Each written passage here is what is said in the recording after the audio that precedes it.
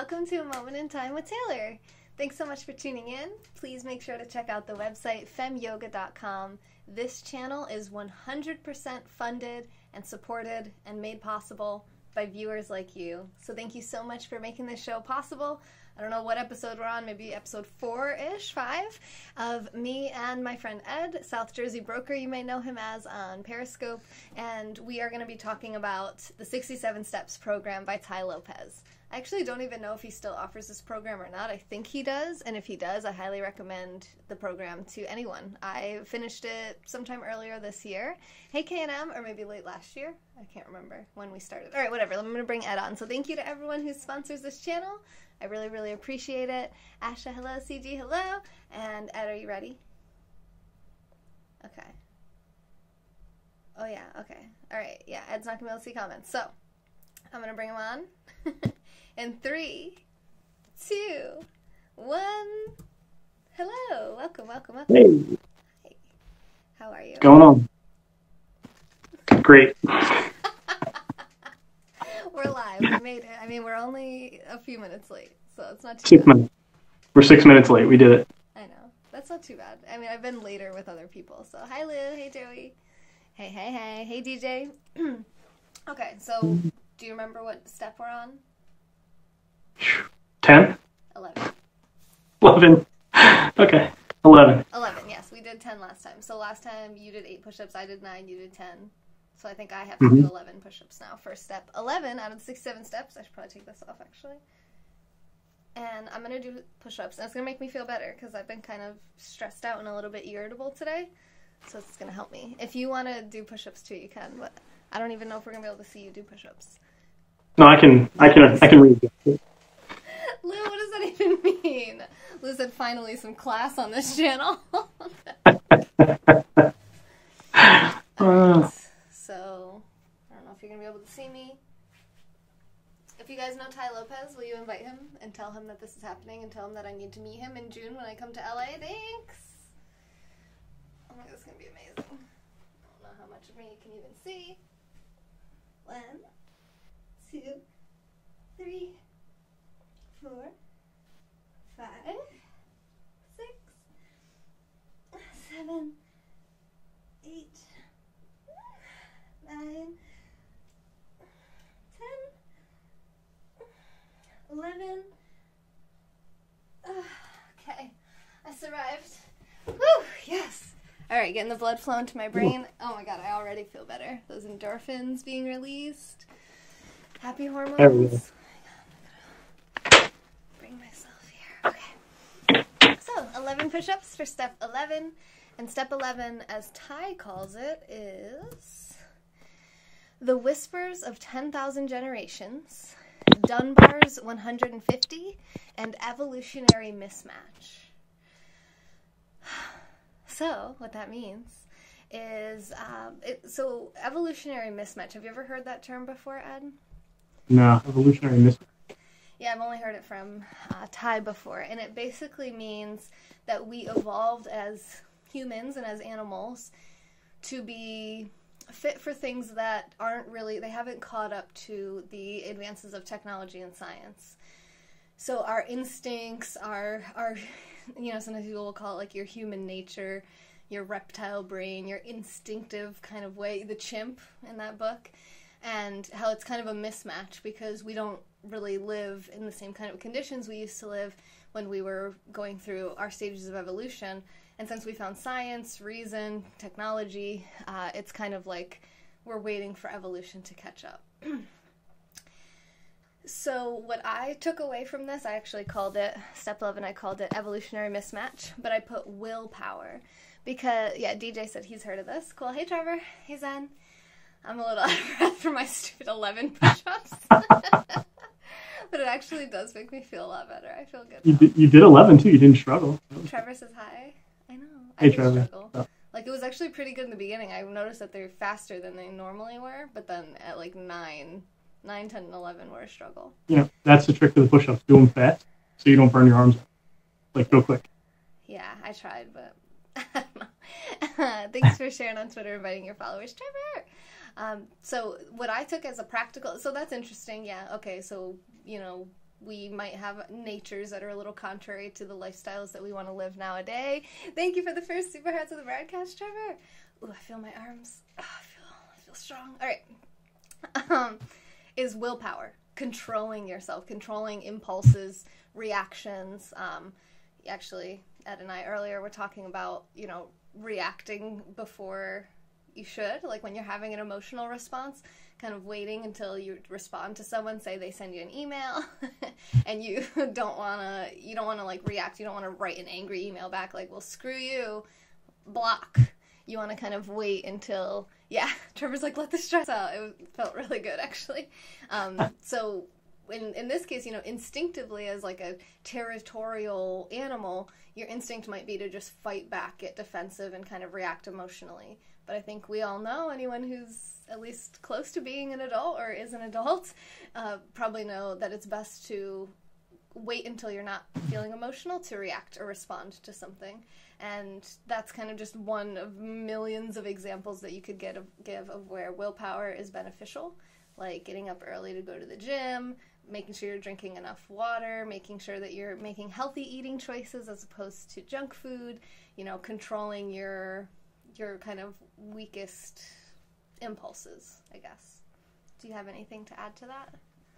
Yeah, the emails in business too, when we get an email we want to respond to immediately, there's a rule. You type up the email you want to send, and then you go away for like 2 hours, and then you come back.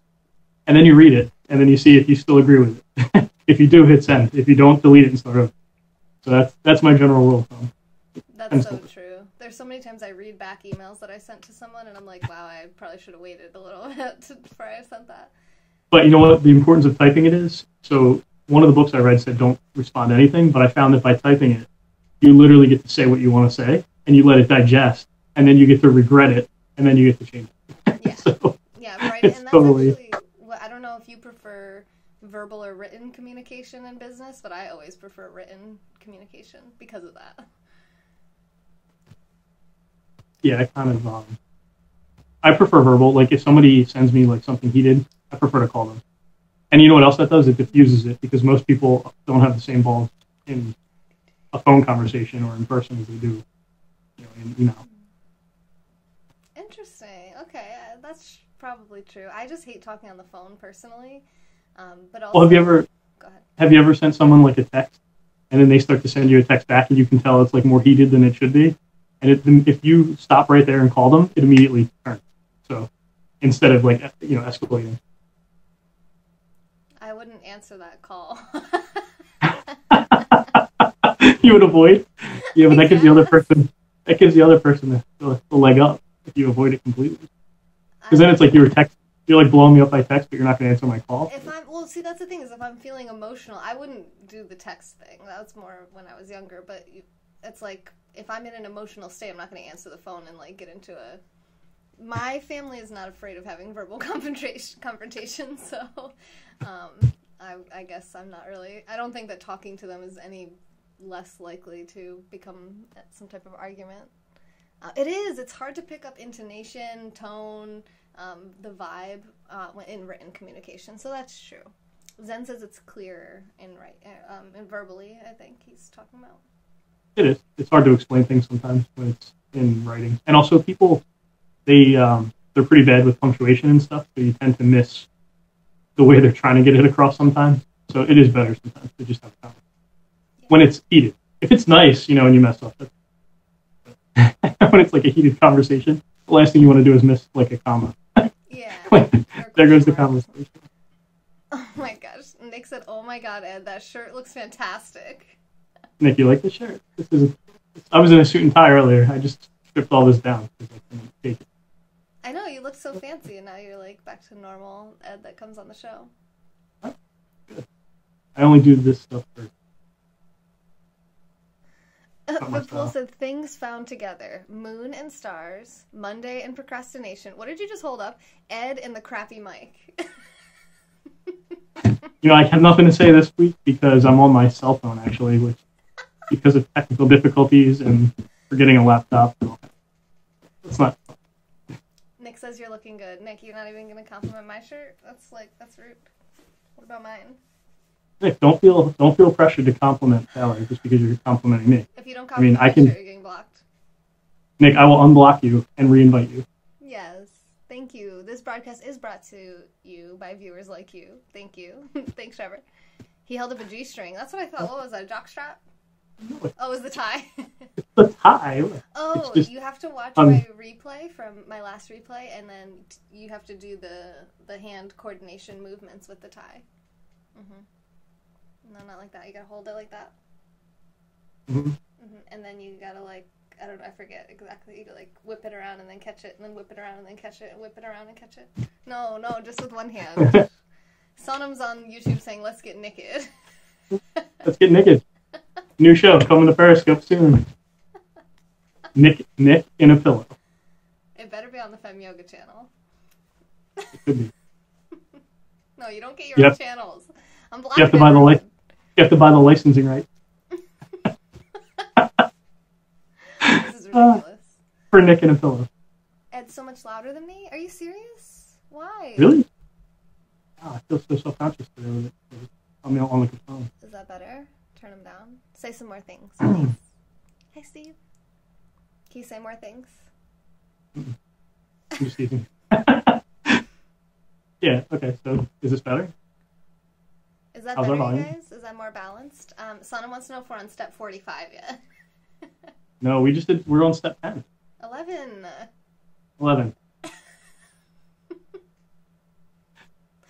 We're talking about evolutionary mismatch and self-control, willpower.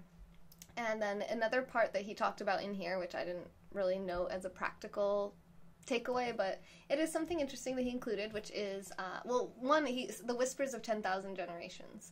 That means you have to have respect for your ancestry and know that it took 10,000 generations to get you to where you are today, and that there's probably a lot of wisdom that can be derived from that, but also evolutionary mismatch, like we just talked about a lot.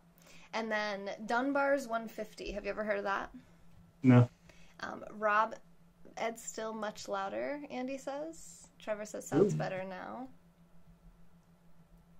I'm not even talking loud. I'm talking normal. I know, it is like registering off the charts here.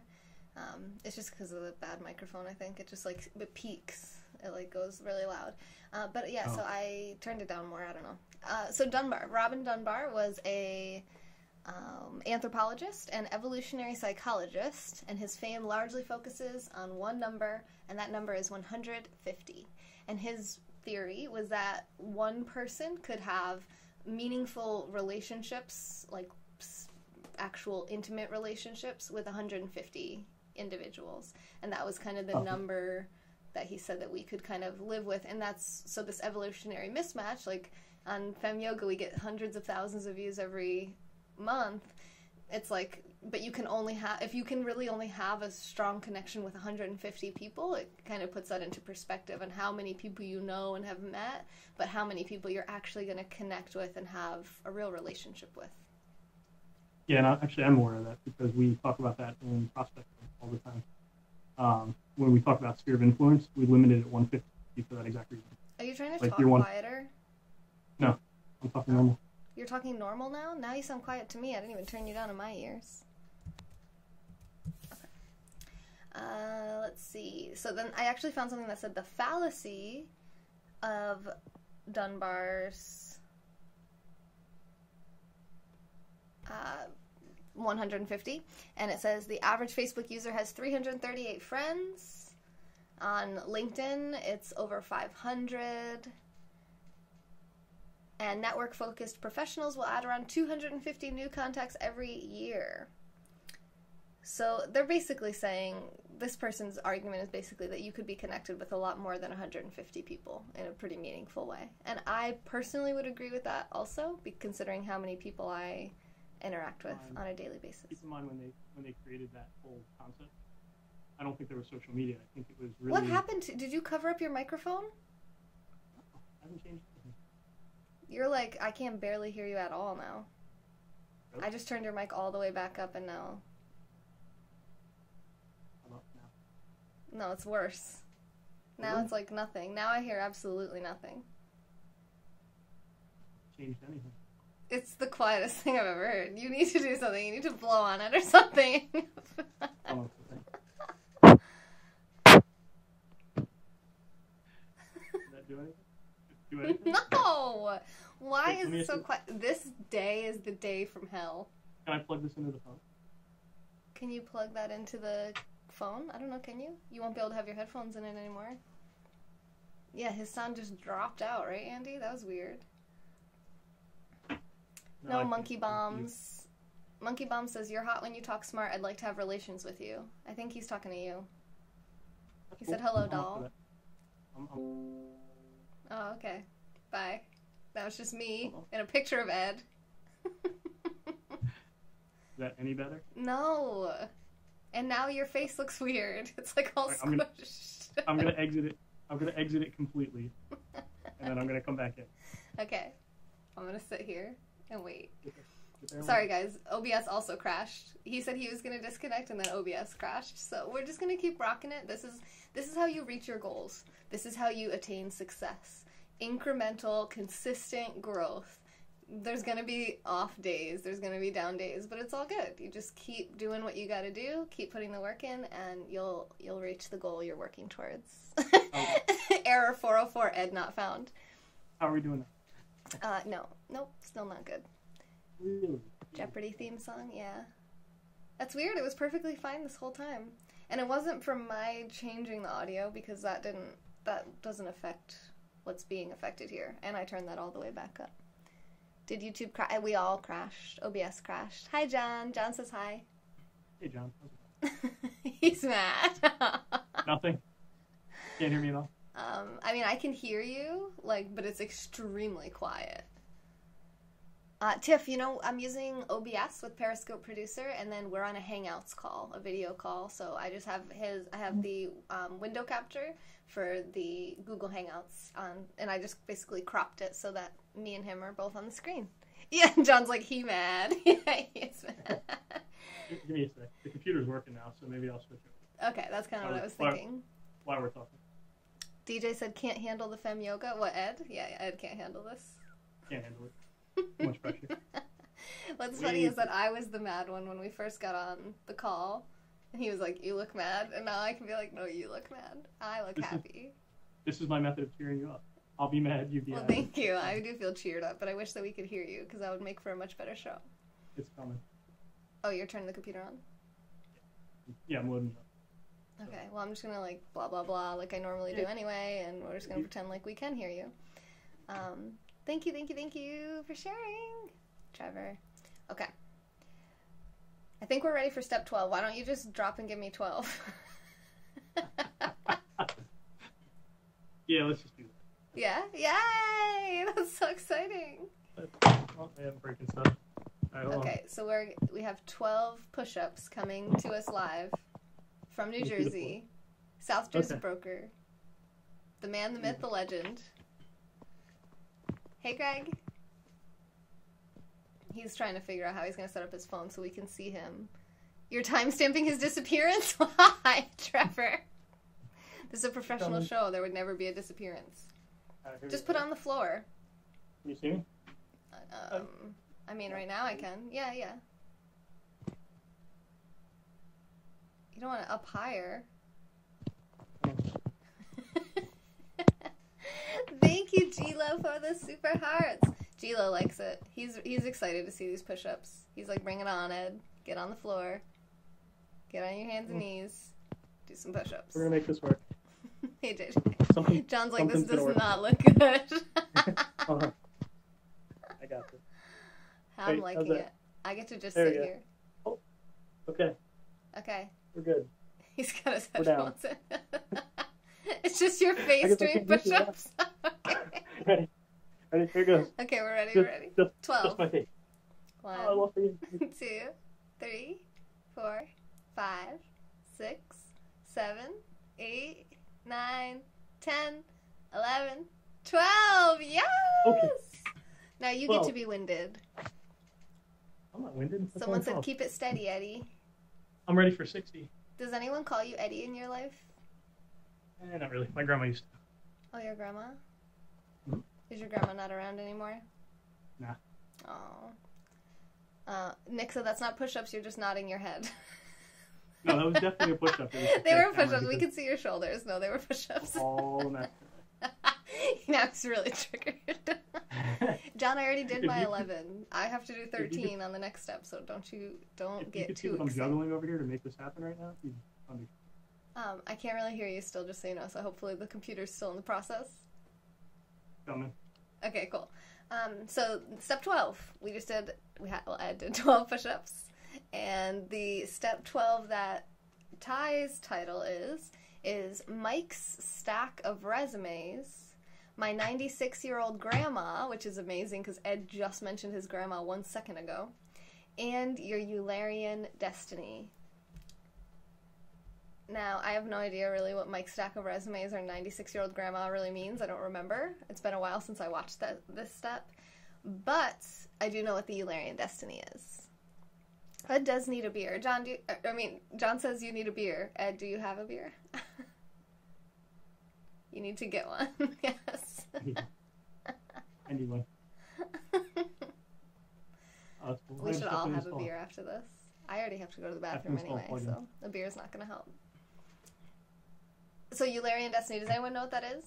It's basically 4 concentric circles that all overlap in one common area in the middle, which we call your Eulerian Destiny.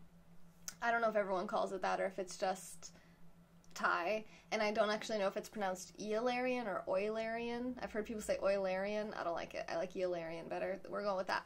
I just posted on my Twitter page, Fem Yoga Taylor. You can see my my blog post that I did actually in 2016, which shows how long it took me to get through the 67 steps, which is about the Eulerian Destiny. So I'm actually going to pull it up on the screen, if that's cool with you, Ed.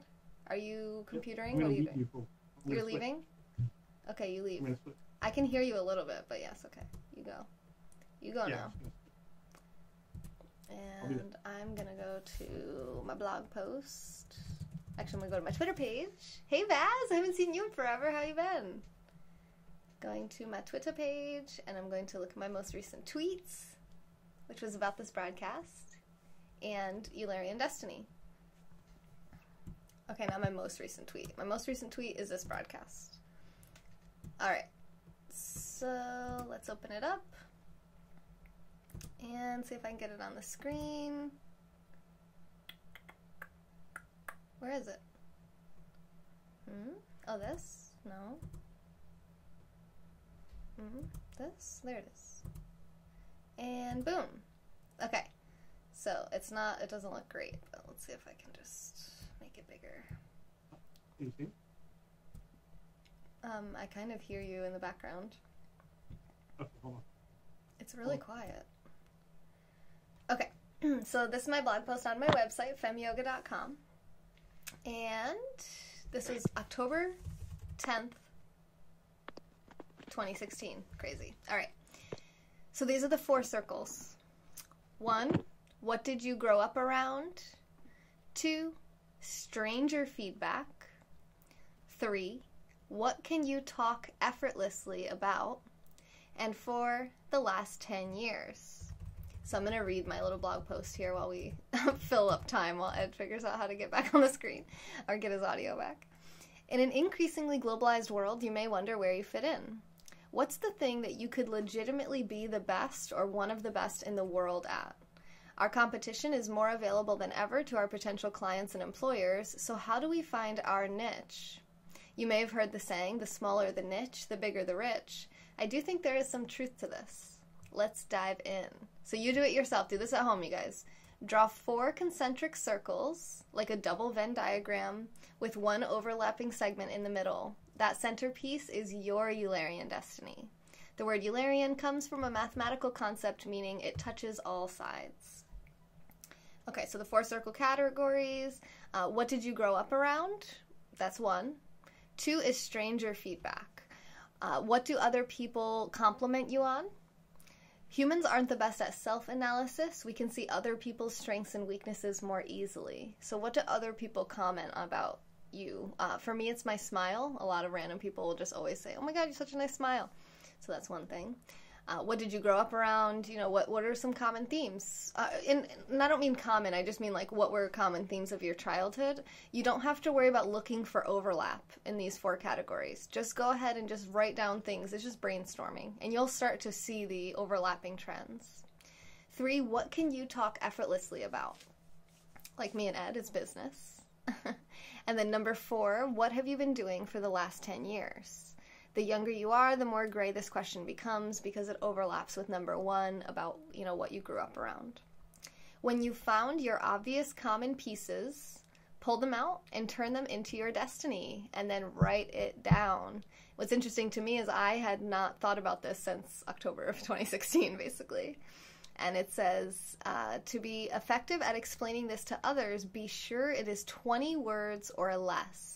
And I got mine to 8 words. And I hadn't thought about this until today when I was preparing for this broadcast.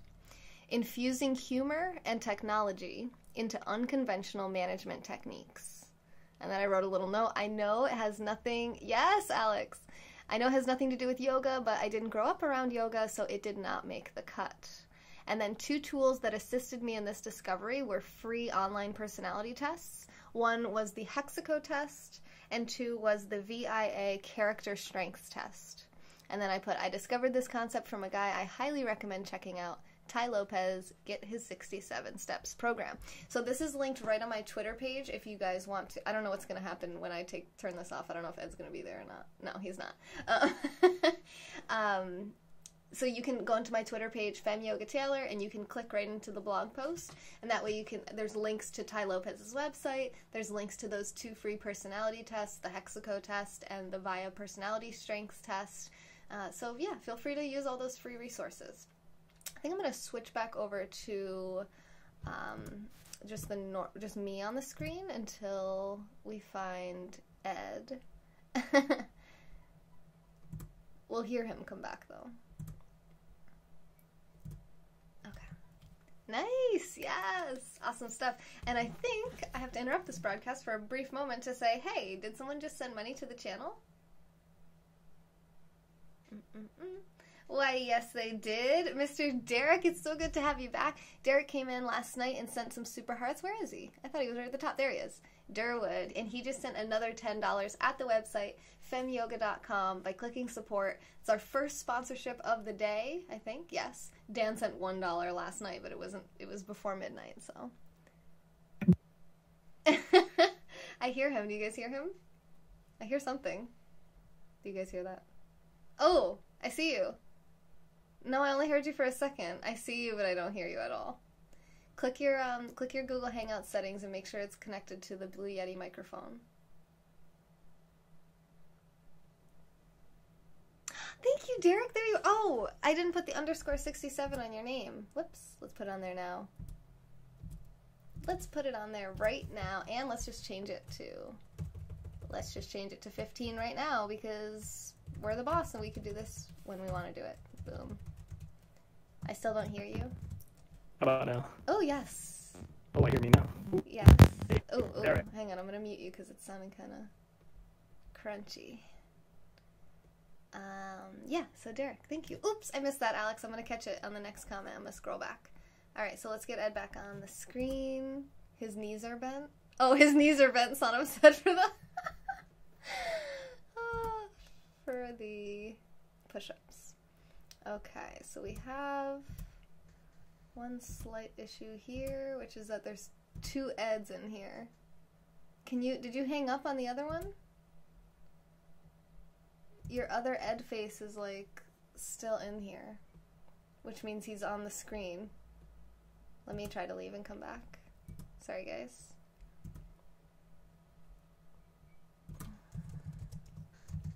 We'll get it. We'll get it. It's Friday the 13th. We're just going to blame all the issues on that today. And thank you, Derek. Derek is supporting this channel and making it possible to prevent stuff like this from happening in the future. Okay. So we're calling him back. We're in the call. There's just me and him. There's only one Ed. This is good. I hear him. Are you sure it's connected to the Blue Yeti microphone? Yeah? It doesn't sound great. Ooh. Are you tapping on it? Yeah, don't tap on it. It's really loud. It is that though, but it's, yeah, make sure the wires and everything are good in the back. Because it's like doing that clicky thing. Okay, now talk. You can hear your own self? Okay. It's coming in very robotic. I'm gonna bring you on the screen now and let everyone hear you and decide what they think. Boom! There's Ed! Yay! He's back. Hey, I'm back. Back. Maybe. Hi. Hey. Hi. Can you guys see if they can test our volume for us? Yeah, how's the volume, you guys? Oh, wait, I said I was going to go back and read... Hi, Pliny! I was going to read Alex's comment, and I didn't. There's some tricky, witchy stuff afoot, right? Exactly. I think I missed it, Alex. I'm sorry. I thought it was Alex, unless it was JJ, in which case I did see your comment. And now... You probably didn't hear anything about step 12 yet, right? The Eulerian destiny? No, I didn't hear anything about that. Okay, so it's the overlap of 4 concentric circles. The first is what you grew up around. So for me, like, my family always liked to play games. They're always into a lot of humor. I grew up with a single mom, so I just kind of wrote this stuff down. So the way I didn't actually do it in circles. I just wrote the 4 categories, and I just kind of like brainstormed a little list for each one. And then once you have all 4 brainstormed out, you'll start to notice there's overlapping commonalities, and where all 4 overlap is what they call your Eulerian destiny. And it's basically Eulerian is Euler, whatever his name was. I know, we made it to step 12, Amy. Hang on, I got you a little, like, I feel like you're a little Wait, here. Where was the Dunbar thing? Was that 11 or was that 12? Dunbar was 11. Okay. Talk about it. Oh no, real quick. I think we were talking about, right before I got all messed up, the fact that you were saying that you think you can handle more than 150 relationships. The idea behind the Dunbar was that it was before social media, so it was basically that was personal relationships. Like, how many personal relationships can I maintain? You know, how many people can I, remember their birthday? How many people can I have a meaningful relationship and meet with them once in a while? Things like that. With social media, I do believe it's kind of changed. I don't know if that really. So I agree with you when you were saying it can be expanded based on like today's current stuff. Right, with technology, because it's like I can send a message out to like 50 people at once. You couldn't do that back in the day, so it's changed. Trevor! And also you missed Derek sending $10 to the channel while we were having technical difficulties. And now Trevor just... Wait, where did this come from? Oh yeah, Kieran. Wait, Kieran, did you just do that? What time is it? No, this is a while ago. Did I already know that this happened? What's happening right now? Trevor, where'd you go? There you are. Thank you. Okay, I said you were the first sponsor, Derek. I was wrong. It was actually Kieran. And then now Trevor, too. So that's $35 between you guys. Thank you so much. You're making this day feel awesome. A lot brighter. Yes. You guys are awesome. Thanks for supporting our technical difficulties today, among other things. Yes. Presents. Thank you, Trevor. Now you don't need to remember birthdays. Oh my god, that's so true. Zen, that's the best comment, because just yesterday I reached out to an old friend I used to work with, and I told her happy belated birthday because I noticed her birthday was on Monday because my Google Calendar, not because I remembered. And she was like, oh wow, thank you so much. Like she was very impressed with me basically for remembering it, but I didn't have to remember it because Google remembered it for me. So it's kind of another example of how things have changed. Are you feeling OCD? Yeah, a little bit, but I'm fine. We're all good. Good. So what did you grow up around? The next one is stranger feedback. So that means what other people say about you, what other people compliment you on.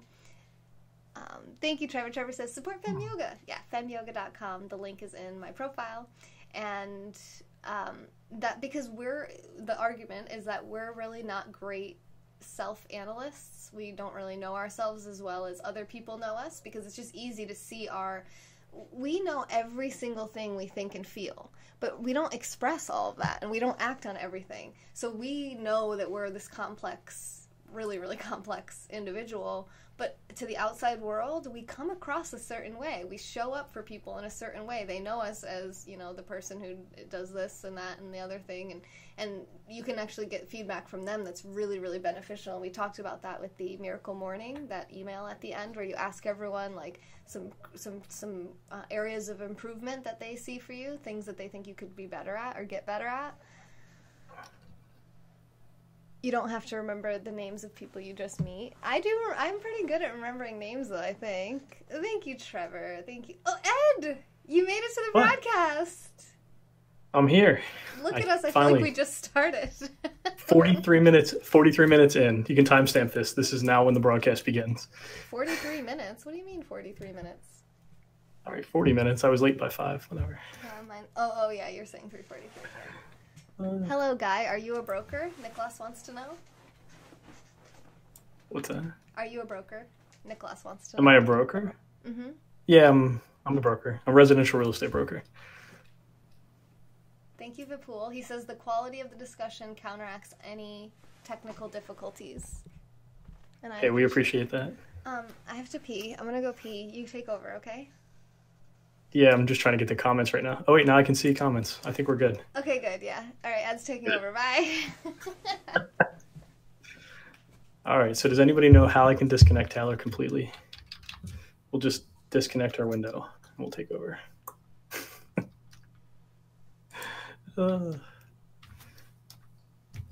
Actually, while she's going pee, we're going to keep fixing our technical difficulties on this side. Slowly but surely.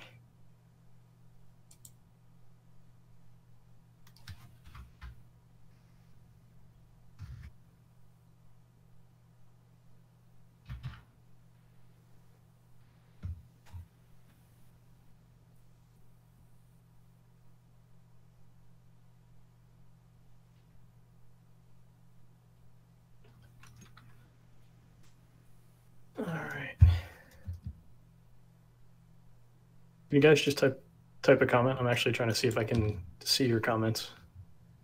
I'm having all kinds of issues today. Are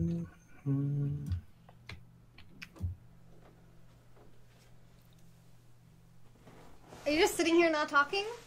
No, I was trying to see if I could see comments, but like I can see my comments.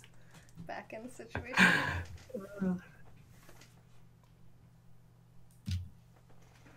Comment? Oh, you can't see comments?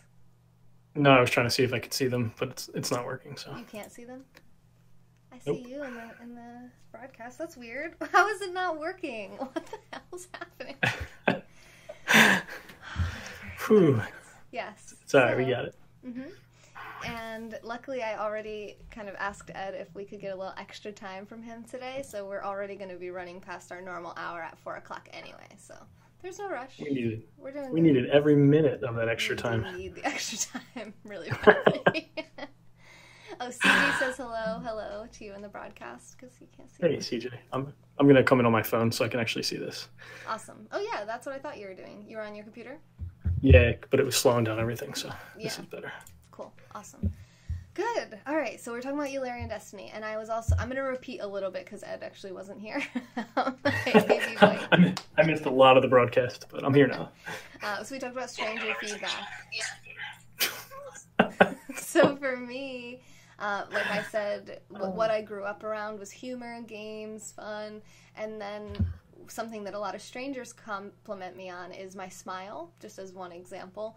It's something that I would never say, oh, I have this great, amazing smile, but so many other people have commented on it, including just random strangers in parking lots and stuff, that I kind of assume that it's a thing about me that stands out to people. And again, I wouldn't have analyzed that about myself, but stranger feedback kind of made me realize that that's a benefit. And if I can put myself in a position where I can be smiling at my customers, that's probably going to benefit all of us. Thank you, Nicholas. And then the third one, okay, so we did what you grew up around, stranger feedback. What? Sorry, I'm responding to comments. Go ahead. Oh yeah, you can respond. Thank you, Nicholas. I just feel a little off center here. Okay. I forget what the third thing is, but I have it open on the screen still, so let's go back to it. It is, what can you talk effortlessly about? Again, for me, I pretty much, if someone's cracking jokes and just basically, like, I like socializing, I like humor, all of that. I'm trying to find just a commonality in each of the four, just to give you an example. So that's one thing for me that I can really just be, it's effortless for me to consume, and I don't know that I'm the funniest person in the world, but I'd like to think that I have some humor, and I could do that forever, just joke around and kind of troll and shoot the crap with people, so that's another one for me that kind of shows up in all three categories. And then the fourth category is, what have you been doing for the last 10 years? So for me, that's kind of all over the place, but I've definitely been using positivity in pretty much all of my work and life. Bang! Wait. You sure you want to get excited about that? Boom. Yeah. It was like, Donnie, that was good. You don't like Ty Lopez. That was awesome. Can be yourself, right, Chad? That's the thing, is you're finding that destiny that enables you to be to kind of engage with things that you already have as part of you, almost like part of your genetics. So let's rehearse it. It is what you grew up around, what other people compliment you about, stranger feedback. Has Ed ever tried yoga? Yes, he has. Not with me, but I think he has, right? I have. Yeah, I've tried yoga. What can you talk effortlessly about? And what have you been doing for the last 10 years? So I wrote a blog post about this on my website, and I posted it onto my Twitter right before we went live, so that you guys can go link into all of that. There's 2 free personality tests that I included in the blog post, which is the Hexaco test and the VIA character strengths personality test. They're both free, and it's all linked there, as well as a link to Ty Lopez's website, who created this 67 steps and the Eulerian Destiny. Thank you, Chadwick. So nice. Thank you. Oh, wow. Okay, maybe we're getting into the flow a little bit here now. And then once you've brainstormed stuff for each of the 4 categories, you want to find that commonality. So for me, positivity and humor is pretty much kind of interwoven all throughout that. And then you want to find multiple things and figure out how can you convey that to someone really clearly using up to 20 words.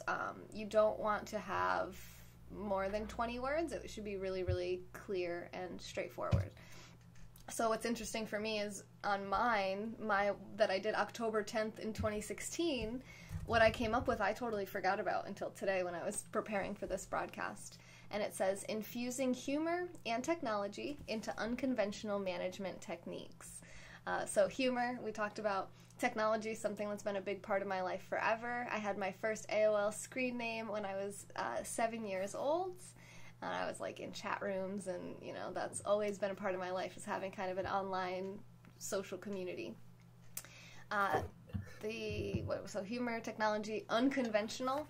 I took that Hexaco test, and I got a 5 out of 5 unconventional, meaning I'm the least conventional person that I could be, meaning that I'm like anti-tradition. Some people are very traditional. I would be the opposite of that. I would be like basically anti-tradition.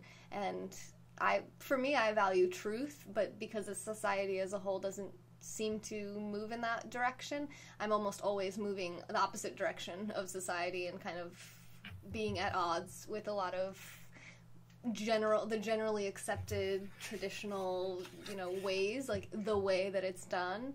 I tend to reject those kinds of things, so I included that in there. And then management. I've always been in management my whole life. I've always been promoted quickly into positions of management. I enjoy managing things. I enjoy managing personnel. I enjoy managing my time, my resources, and all of that. So it was only 8 words. Infusing humor and technology into unconventional management techniques. So there was 4 things that I found that were pretty much a part of my life in every single one of those 4 areas. And I didn't have Ed prepare for this at all. I literally figured this out about 15 minutes before I called him. So he probably doesn't have anything like this prepared, but do you have anything that you want to say about any of this? Nope. Totally unprepared. He's like, let's do. Why don't you throw me some specific questions about it, and then I'll answer them. Like about you? Can I ask about you? Yeah, sure. Like, Let's do that. What did you grow up around? What was it like for you growing up? I grew up in a house full of perfection, so making mistakes was not allowed. Trying and failing was not allowed. So if you tried something, you had to succeed, or not try at all. That was kind of the mentality of my parents. And then what else? I think that's really it. I mean, that's pretty much what gives me like my tics that I have now in life, where I want everything to be perfect. What I have broken away from is that I'm not afraid to try things. Obviously, I know failure is part of growth and learning now. But I was pretty much brainwashed with the idea that if you've tried and failed, you failed. And that was it. So don't do that. Nicholas is that asking, was it a religious home? No, it was basically like we were presented with religion, which was the Catholic religion, and we could decide if we wanted to pursue that or not. So we were exposed to it. We were told that that's what our family does. And if we wanted to participate, we were allowed to. And if we didn't have to. So we were required, like my parents, they made me go up through, in religion, I think it was confirmation, which was like the 7th level of whatever it is. And once I made that, then it was my choice if I wanted to continue with it or not. But they wanted me exposed to it. They wanted me to hear it. They wanted me to make my own decision. So I do kind of respect that because, it let me ask a lot of questions. And when I didn't find the answers, I was able to make the choice to not follow it. So it was good. Yeah. And so you were, as soon as you could, you were like, no more? Pretty much. As soon as I was done, I toyed with it here and there. I got married in the Catholic Church. I mean, I have everything I need to be a Catholic, but like, I'm not, going to church every Sunday or even holidays. It is what it is.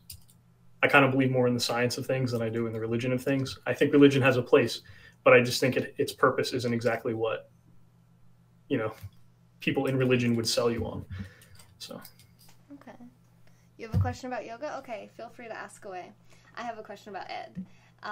It is, what is some stranger feedback? What's something that strangers always say to you all the time? This is the hardest part because it's like, well, I don't know about for you, but it can be hard to say like, oh, everyone loves my this, and they always say that I'm so smart and whatever. Like, but that's really what you I think down. I think I tend to get feedback that I'm logical. So like, where sometimes people are afraid to say things, when they do actually say things to me and I give them my response, they're kind of like surprised that I'm just kind of like logically like okay with most things. So I think that's the feedback I would get most often. Can you say that one more time? Really? Are you serious? Well, just like I was reading comments and I kind of missed it. So just that I'm logical with my response to things. People tend to be surprised because most people are afraid to tell you things, and then when they tell you and you kind of give them the feedback of logic instead of emotion, they're kind of like, oh, that's logical. And then I guess they get comfortable immediately. So that's something I've always been good at, and I get a lot of feedback on that. So nice. It works in business really well too, because people are afraid to tell you things in business. They're afraid you're going to like use it against them. And when you don't and you actually help them with it, then they're kind of like relieved. So yeah, I think that's, and my awesome good looks. I get that all the time. Like strangers in parking lots, they come over and they're like, you're gorgeous. I'm like, thank you. I'm just kidding. I'm obviously kidding. It's only happened like 10 times, not my whole life. Okay. Let me just take care of something here. Hey, John.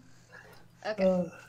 Now I'm going to ask you the third question if I can remember. Oh, what can you talk effortlessly about? Business. Forever. Anything business related is endless. You can talk to me for 24 hours about business and I don't get tired of it. I do that. You do, and I talk to you endlessly about it. So yeah, pretty much endless business conversation. It doesn't have to be about anything specific. As long as it involves an economy or macro or microeconomics, I'm all about it. So it's all good. Me too. Was that a part of your life growing up at all? So interestingly enough, that there's a story behind that. My dad, he had 2 children. He had my sister and myself. He told my sister that she should go to school, get a job, and be successful. He told me that I should never work for anyone and that I should basically follow my dreams and do whatever I wanted. Later in life, he told me that it was a 50-50 shot. He was just wondering who would do what. So I'm glad I got the other end of it. But yeah, I think that. Wait, what was the question? What were you talking about? I just lost my train of thought completely. I was asking if that was part of your life growing up when you were saying. Oh, the business. So yeah, so what ended up happening is because he put that in me so young to like look for businesses. From the time I was like 7 or 8, like I tried to create a business fixing bike tires when I was like 8. Because my dad taught me how to fix bike tires, and I'm like, okay, I'll fix my friend's bike tires and charge them $2. Stupid stuff like that.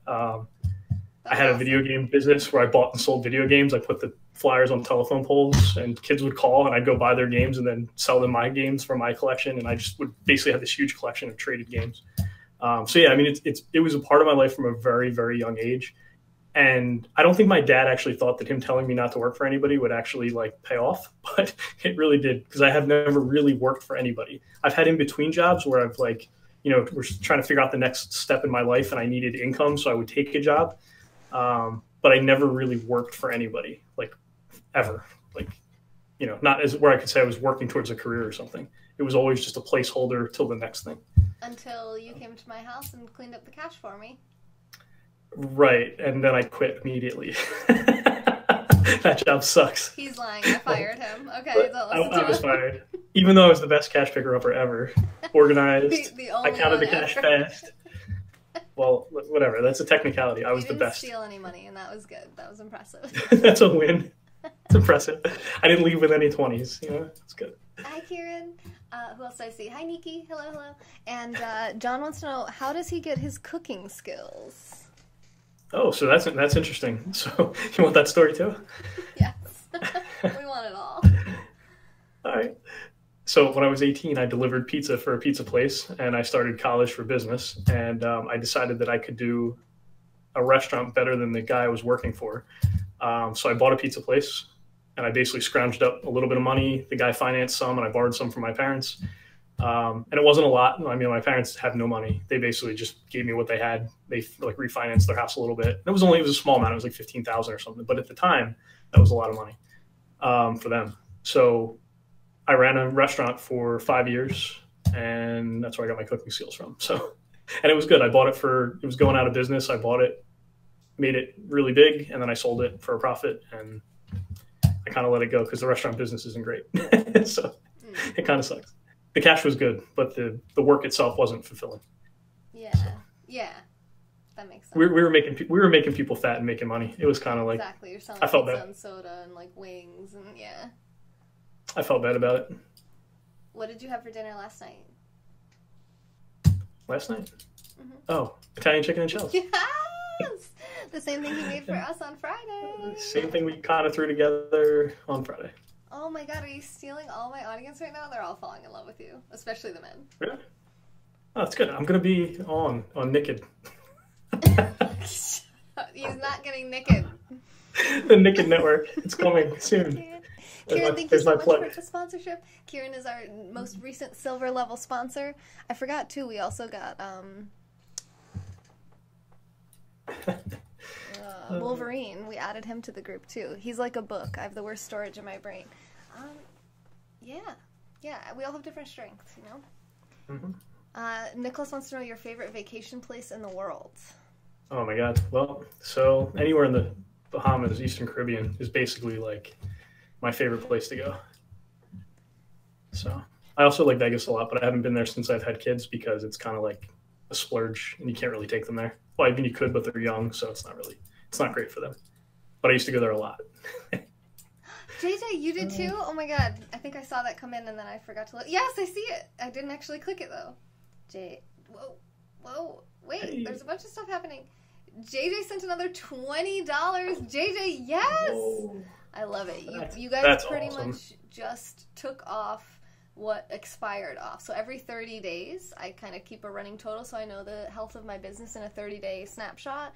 And 30 days ago, about $50 came off of our sponsorships, and you guys pretty much just made up for that today. So, oh, and Goonies wants to know, why didn't you say New Zealand?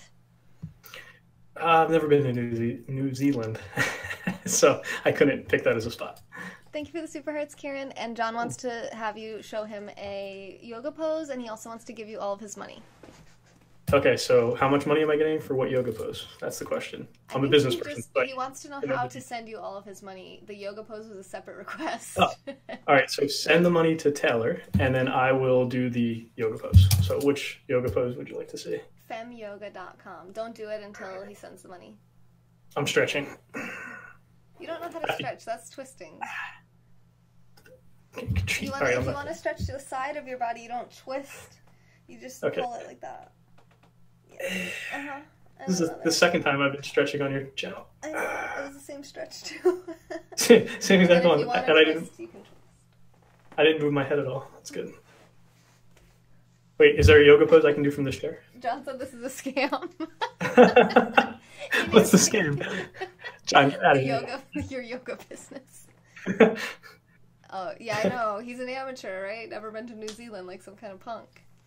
You know what, though? Once my kids get a little older, I plan on traveling a lot, so yeah, I'll come to New Zealand. I'm going to check it all out. Let's do it. Let's go to Vegas. Let's go to New Zealand. They're both on my list. I'm going everywhere. We're touring the world. You guys come. Let's all go. We'll all go. Is that a mic in front of Ed, or does he have an incredibly long leg? It's actually a very large mic. Yeah, that's the same mic I have. It's better than the old one, which isn't on this desk, or I'd show it to you. Your microscope? Nice. That's a nice mic. It is nice. Yeah, it's a Blue Yeti. Yeah, it's really good. And then my last question for you is, what have you been doing the last 10 years? Well, not my last question, but just for the Eularian Destiny. That's it, and then we're done. Thanks. Great. Eric thinks it's something else. Something else? What, the blue microphone? Yeah, Eric knows what I think the current microphone. Oh, really? You should see the blue one. He would really have fun with that one. I assume he's sounding different because he's coming through a Google Hangouts call, so it's not as good as it would be if you were just watching him directly. It's kind of, I think there's probably an audio, cap. Yeah, my local quality on this microphone is really good, but it's probably not transferring in the same fashion. Yeah. Mm-hmm. So it's as good as it can get. Okay, what have you been up to for 10 years? Tell us everything. 10 years. So 10 years ago, how old was I 10 years ago? 10 years ago. All right, so I'm going to tell you a story. So 10 years ago, I was 27, and I had just decided that I was going to sell the restaurant, and I sold it, and I made a profit. But I went into real estate with no business at all, and I went from making over six figures to barely making 20 grand a year in that first year. So I felt really broke. I had some debts from the restaurant that I was clearing out because I did sell it. So that was a challenge.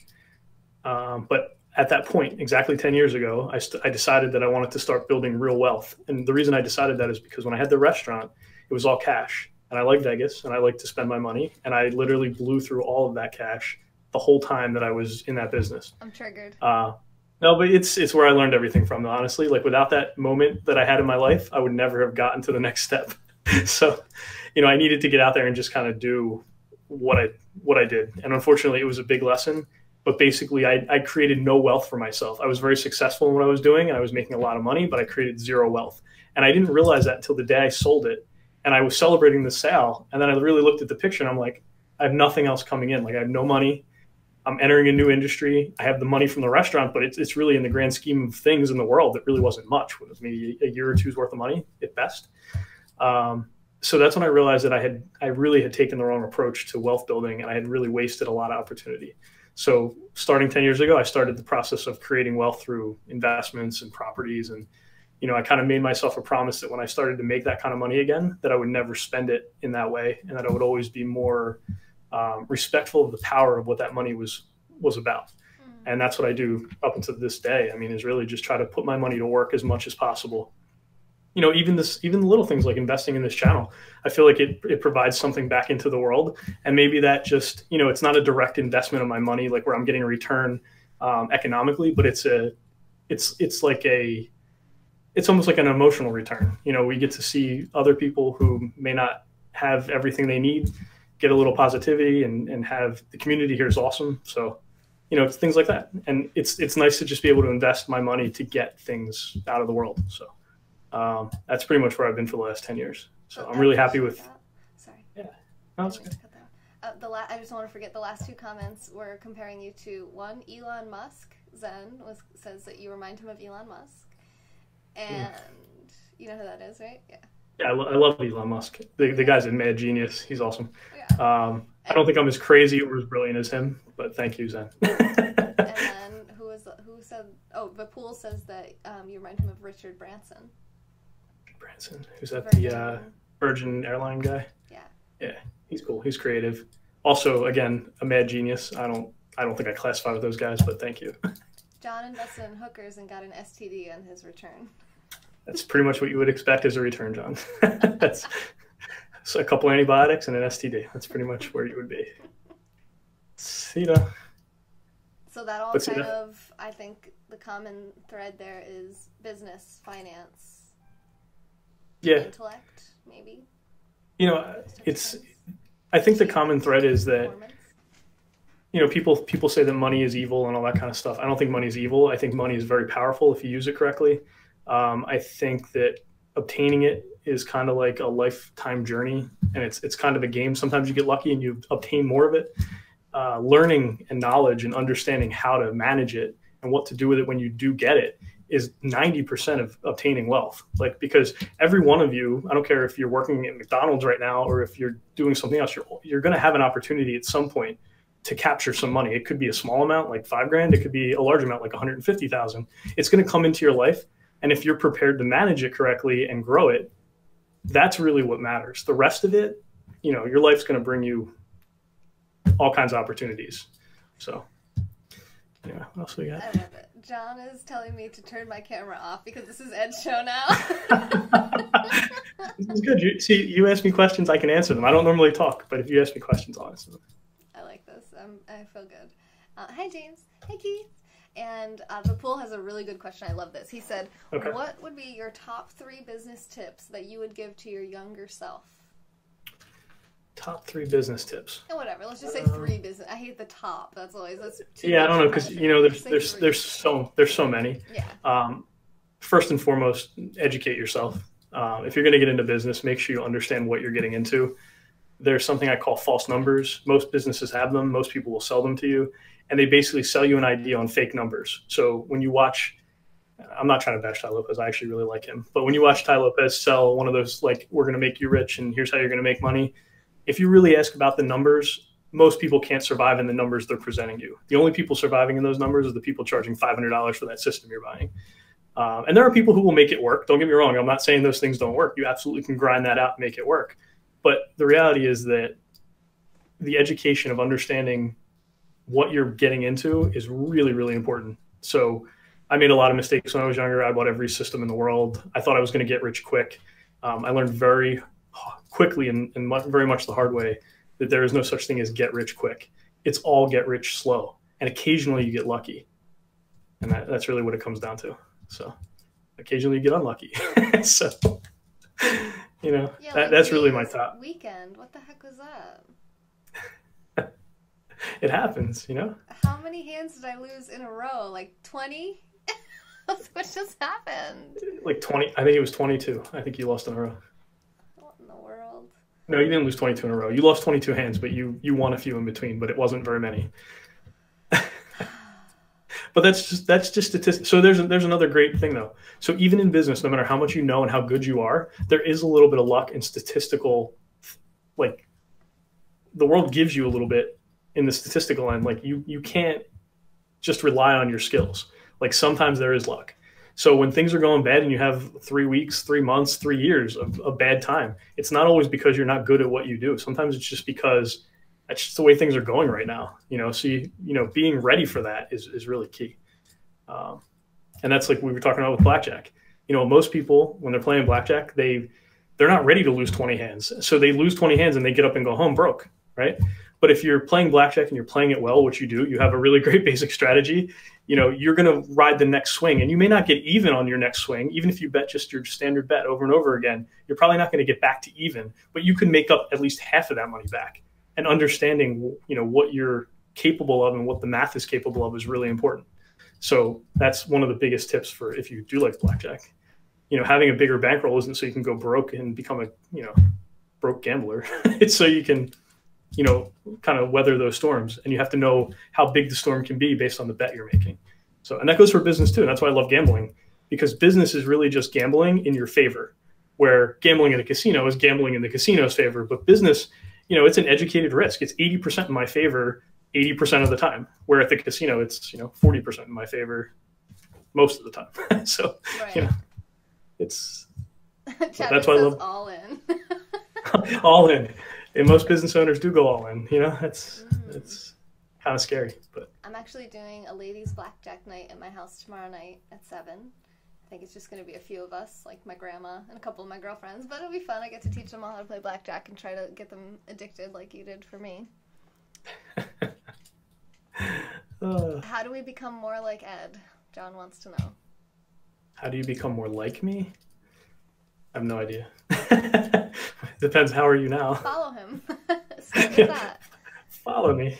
And also, Eric said he wants to play with your microphone. Nice.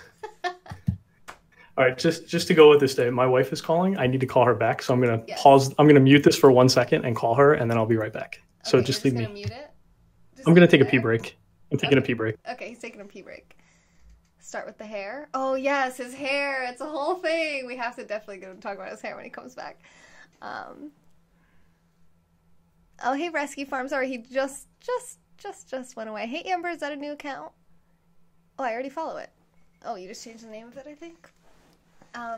Okay, so I'm gonna go on to the next step. I have to do 13 push-ups anyway, because step 13. We still have about 45 minutes to go, so I'm gonna take. John said, "Oh, he has a wife. Damn it." I'm gonna do 13 push-ups because we're on step 13, and I'll be right back.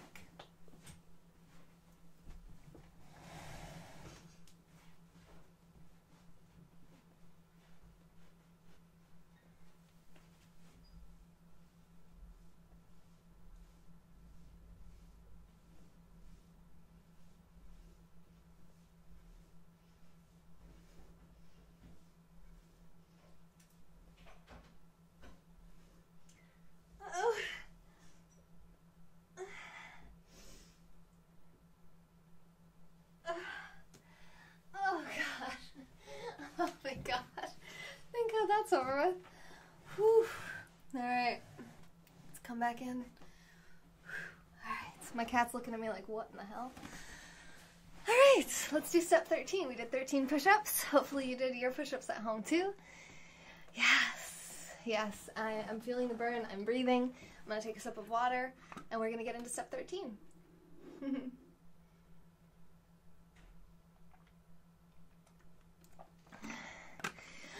Kieran! I thought we were friends! Kieran, just because you're a sponsor, you think you can demand I'm back. Double push-up amounts? I just did 13 did you just do push-ups? I did. Nice. I did 13 push-ups on Friday the 13th. Sweet. Yay! And then Kieran said, drop and give me 13 more. Oh, man. I could barely do 13. Yeah, but you just did 11 too. You're carrying us. Well, that's the thing though, Ed, is I did 11 like so much easier this time, and then the last 2 were hard. Yeah, but every week it'll get easier as it gets more. James. Kieran just demanded push-ups now, I know. Oh yeah, Rescue Farm is saying hi to you. JB, is that you? JB. Jersey Broker? Me? No. Jersey Broker? That's not me. Jersey Broker isn't you? No. I'm SJ Broker. Or S... I don't even know what I am. I know, but she said... Or she, I think. Rescue... She says, I've seen JB in my scope. JB? Who's JB? I think it's you. I'm Kieran not JB, does 30 a day. Well, I did 11 earlier, Kieran, so I'm up to 24 now. A year from now, I should do 13 again. Yeah, Jersey Broker. Yeah, she's talking to you. Oh, it's South Jersey Broker. I don't know. Whatever. JB is your name now, okay? And okay. John says that you have a very lavish chair. Yeah, so this is not my office. This is actually an office of a woman who was here like last year, and it's pretty fancy. I like it. I should actually send this chair to you. This is a great chair. Like, it's comfortable. Would it fit at my desk? Actually, yeah, it would fit perfectly. What? You can send me that chair. You know how much that would cost? It would cost more than me just buying a new chair. It was a nice idea, though. It was a novel idea. You know, Wait, don't I get free shipping on femyoga.com? I'll just ship you this chair through That femyoga.com. expired last week. All right. James says North Jersey can suck it. Southern Justin Bieber. All right, I'm going for the deodorant. I stink. So we're on step 13. Do you want to know what it's about? Sure, go ahead. Okay. Hang on. After you deodorant yourself. Whew, that's better. All right. So. Right in the middle of the broadcast. You're the only one who can smell it. We wouldn't even know. You just but I have to deal with yourself. Okay, step 13. All right. The Amish vacation, tap dancing to work, and avoiding what you love. Very professional. I know, I am very professional. This is the most professional broadcast I've ever done, with 0 problems the entire time. Zero problems. Step 13 is apply deodorant. What scent? It is, I have no idea. It's Kiss My scent. Face Sport Active Life deodorant. I don't know. It doesn't say the smell. It smells nice. Chad thinks. Chad says he loves my grace. You should have told me. I would have brought a stick. We could have put our deodorant on at the same time after push-ups. What's it got in there? Oh, yeah, we should do that next time. It sounds really fun.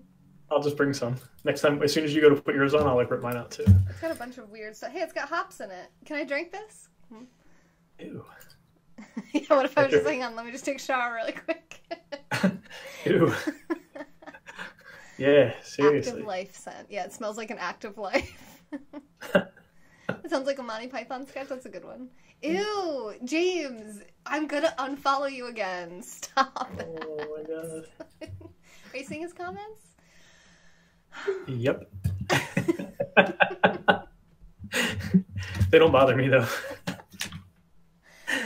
So I don't remember what the Amish vacation really meant, but I think it just basically means that your work is your vacation, that you never need to take a vacation because you enjoy your life, and that your life is your vacation. I don't 100% agree with that, but yeah, I don't either. Especially considering that I watched Ty, was it an ad or what was it? Oh no, you sent it to me. You sent me was it his Facebook or something of Ty saying that or Snapchat, and he was saying that he recommends getting out of the city that you live in at least once a month, getting out of the city, going to the country, go camping, get outside, go somewhere different, kind of change up the scenery. So. And you know his story? His story is that he read some book or something when he was little about a farm. And he basically told himself that when he got to a certain point in his life, he would have a farm that he would travel to for vacation. So that's what that is all about. Oh, okay. Yeah. Yeah, exactly, Nicholas. I agree with that too. So Ty actually worked on the farm with Joel Salatin, that's his name, Joel Salatin, for a long time. And Joel Salatin is actually one of the biggest opponents of Monsanto, the big genetic modification seed company with the pesticides and Roundup Ready and all that. And he's one of the biggest farmers that have kind of gone head-to-head with them, taken them to court. And because he has such a large operation, he was actually able to fight them a lot more powerfully than most any other farmer, small farmer, was able to do. And Ty kind of learned a lot of the things from him. And Ty actually, so that's one thing. So he went and worked with Joel Salatin for a while, but he also went and lived with the Amish for a while. Yeah, my mentor, Joe Salatin, he talks about him a lot. But yeah, he went and lived with the Amish for a while as well, and he just learned a lot of things that he thinks are interesting, so he kind of incorporated that into this. But I just named it Tap Dance to Work, and work is vacation. I think the tap dancing to work thing, is that a, what's his name? Warren Buffett? Is that a Warren Buffett thing? I'm not sure. Let's look it up. Tap Dance to Work. Yeah, it's Warren Buffett.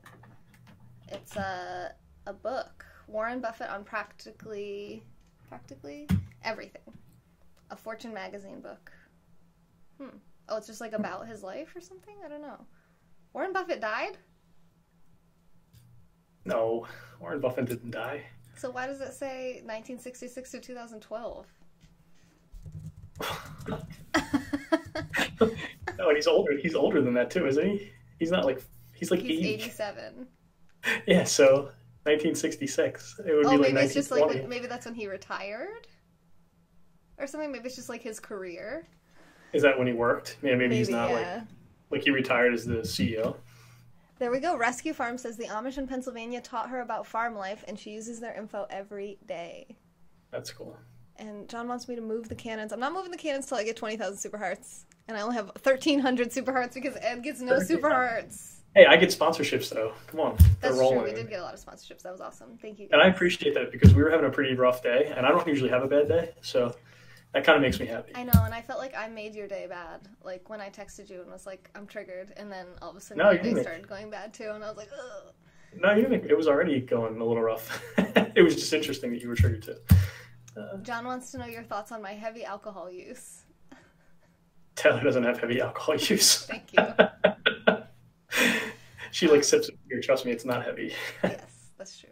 Donna says that the Amish run a lot of puppy mills. I don't know if that's true, but if it is true, it's pretty messed up. I don't like it. They might. There's a pretty cool song. I feel like we should look it up and play it. Should we do that? Is that okay with you? You might not be able to hear it. God, I want to talk about this whole taking a vacation thing because I think it's important too. Okay, you talk about that while I look it up.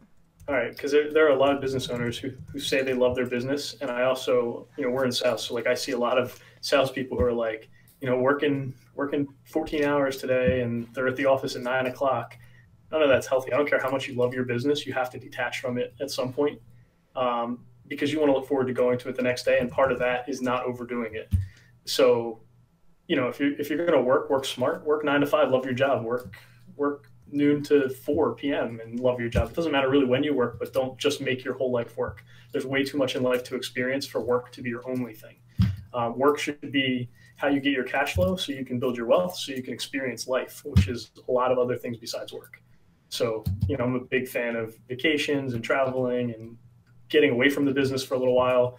I'll also tell you that no matter how much I love my work, when I come back from vacation, my mind is the clearest that it ever is at that moment. And right about the last 2 or 3 days of vacation, I start to brainstorm in this intense manner because I'm so relaxed, so rested, and I'm so excited to get back to it. And I come back usually on fire with tons of ideas. I implement things within those next 2 weeks that are just, I would never touch if I didn't go away. So there's a lot of value in getting away from your business or your job or whatever, no matter how much you love it. So I totally agree with that. I went to Miami not too long ago, as you know. Many of you also probably know. And I know, Donna, it's weird seeing me during the day all the time right now.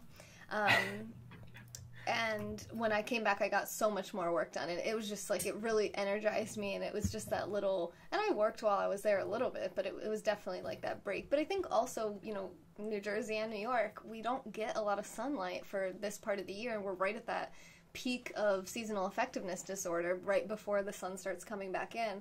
This is the longest part of the year where we've gone the longest without sunlight, so our actual vitamin D is low too. John, just get out. Okay, I'm gonna play the song. Hopefully you guys can hear it. Hey, I'm on vacation every single day, cause I love my occupation. Hey, I'm on vacation. If you don't like your life, then you should go and change it. I'm on vacation every single day, cause I love my occupation. I'm on vacation every single day, every single day. Every single day, every single day. Every single day, every single day. Everybody sour like a lemon tree. I'm just smiling down upon my enemies. Do the shit I love it on a daily. You say you hate your job, but you'll never leave, never leave. But that ain't gonna be me, that ain't gonna be me. My brother called me up, said he saw me on TV. I said it wasn't easy, but right now I'm living breezy. Build this engine from the ground up, now my hands, they ain't so greasy. Feel me? Hey, I'm on vacation every single day, cause I love my occupation. Hey, I'm on vacation every single day, every single day. Every single day, every single day, every single day. Illuminate my future bright, so thankful for everything. Rejuvenating my I need glow sticks. That's perfect. You do need like a glow ball. Oh, you like okay, let's They want to see you shimmy. shimmy like the. It's hard. I'm in a You chair. don't even know how to shimmy. What are you doing? What All right, we need to have a shimmy lesson. Everybody, get ready. What's a shimmy look like? All right, show me. So you want to engage your shoulder muscles. So imagine first pulling your right shoulder, your back shoulder muscle down and back, and then your left shoulder down and back. And then if you just do that kind of like, yeah, and then you do that fast enough, it becomes shimmy. John says twerk. Oh, yeah. No, not feeling that. Like this, like twisting your ribs a little. Like you're like pulling your right shoulder blade back and down, and then twisting your left rib cage forward, and then same thing here, and then you just like do it fast. No, not me. I don't know. Well, now we know how to shimmy as well. So if you found value from this content, feel free to send super hearts or support the channel at femyoga.com. Shimmy lessons are only send enough $5. sponsorships this week, and next week I'll practice my twerking on this broadcast. And next week we'll twerk, yes. Chad said he's learning too. See, there we go. Everybody's learning. I love it. And now I don't know what he meant by the third part of his title in step 13, which is avoiding what you love.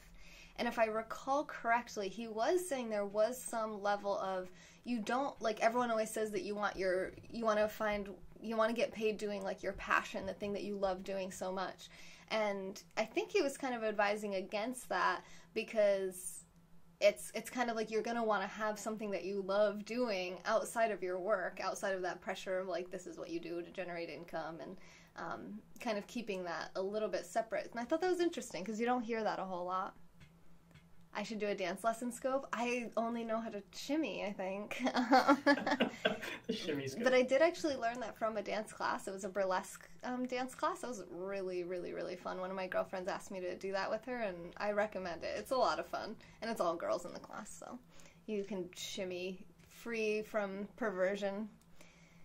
How do you become a Sonam? Well, Sonam just entered the broadcast, so you can ask her. Sonam, John would like to become a Sonam, so if you could teach him, that would be awesome. Actually, Sonam, that just reminded me, seeing her.